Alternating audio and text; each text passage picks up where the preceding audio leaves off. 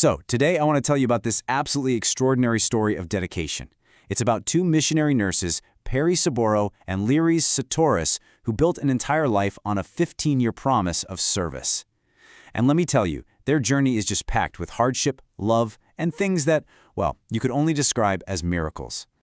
So let's just start with the question that kind of hangs over this whole story. What does it actually look like to commit half a century of your life to one single purpose?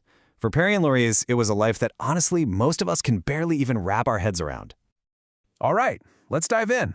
Our story doesn't begin with a couple. It starts with two completely separate people, Perry Siboro and Leries Sitorus, born on these parallel paths that were, you could say, on a collision course to meet in the most amazing way. What's really wild is how different their beginnings were. On one hand, you've got Perry, born in 1936 in rural North Sumatra. He's this curious son of a farmer. Then there's Leries, born 5 years later. She actually came from a wealthy family, but her father's gambling problem basically threw them into poverty. So they both knew what struggle felt like, and they both had this incredible fire to overcome it. But before they could even think about serving other people, they had to run this insane obstacle course of their own just to get an education. Their determination was just tested again and again by the tough realities of their lives. And you can really see their individual battles right here. Perry's family couldn't afford his school, so he had to move, take on jobs as a manual laborer. We're talking hauling goods, cutting cabbage, anything to pay the fees. Meanwhile, Leries wasn't having it any easier. She had to get up early every single day to help her mom make and sell cakes just so they could get by. And somehow, against all odds, both of these very different struggles led them to the exact same place, Bandung. Perry, who'd pretty much given up on the idea of nursing, took the entrance exam just for fun. Can you believe it? And he was the only person out of 36 to pass. Leries, on the other hand, she got her spot because of her perfect grades. Two totally different routes, but one shared destination. This is the moment. This is where their two separate stories finally become one. And it wasn't in some classroom or cafeteria. No, they met in a moment of absolute, profound crisis. So get this. After graduating, Perry earns this once-in-a-lifetime scholarship to go study psychology in Hawaii. This was his golden ticket, a path to a completely different future. But then, the whole dream just collapsed. At the time, Indonesia's political climate was very anti-Western, and he got caught in this bureaucratic nightmare. He just couldn't get his travel documents in time, the deadline passed, and boom, the university took back the scholarship. And this loss didn't just break his spirit, it literally broke his health. He got seriously ill with typhoid fever, and it was made so much worse by his complete despair. He had truly, absolutely hit rock bottom. And it's right here, in his darkest hour, that a light appears. While other nurses and even his colleagues were teasing him about his failed dream, one student nurse treated him with real compassion, with professionalism, and her name was Leries Sitorus. See, Leries didn't just see a patient. She saw a person who was in incredible pain. And that one simple act of kindness, that was the spark. It turned into a relationship, and in 1963, they got married, kicking off a partnership that was built from the ground up on a shared mission to serve. So now, with their paths joined, their real mission began. They were actually supposed to be sent to a city post, but a last-minute change of plans sent them somewhere else entirely, the remote, deep jungles of Kalimantan.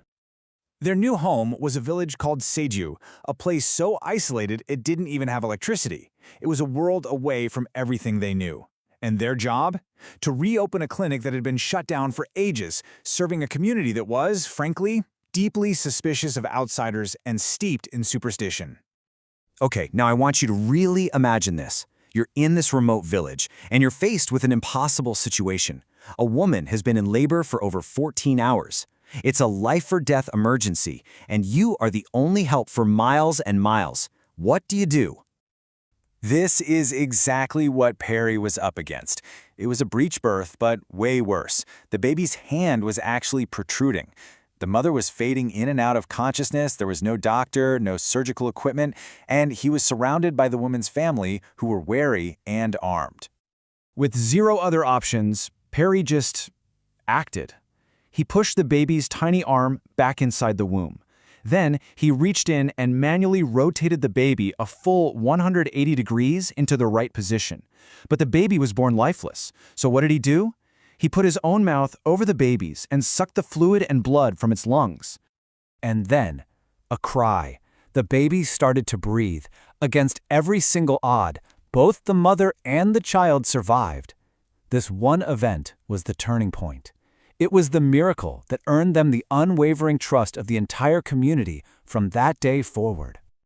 And that unbelievable moment in the jungle?